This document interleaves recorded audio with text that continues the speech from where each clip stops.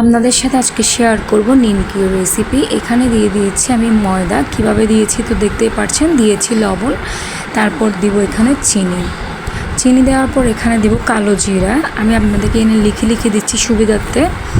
তারপর দিয়ে দিব তেল, তারপর দিব পানি।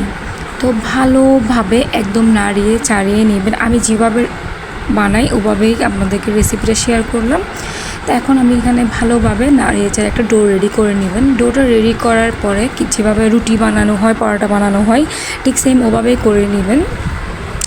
এখন লুচির মতো করে ছোট ছোট করে কেটে গুল করে নেবেন। তো গুল করে নেওয়ার পরে এখানে কী করছি ভালোভাবে দেখে নেন, আমি আর বলছি না কিছু।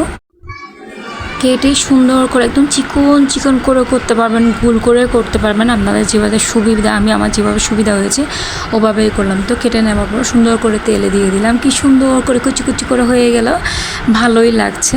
এগুলো বাচ্চাদের খুবই ফেভারিট, যখন তখন খেতে পারবে খিদা লাগলে। তো আমার রেসিপিটা আপনাদের কেমন লেগেছে বলবেন। সবাই ভালো থাকবেন, সুস্থ থাকবেন। আসসালামু আলাইকুম।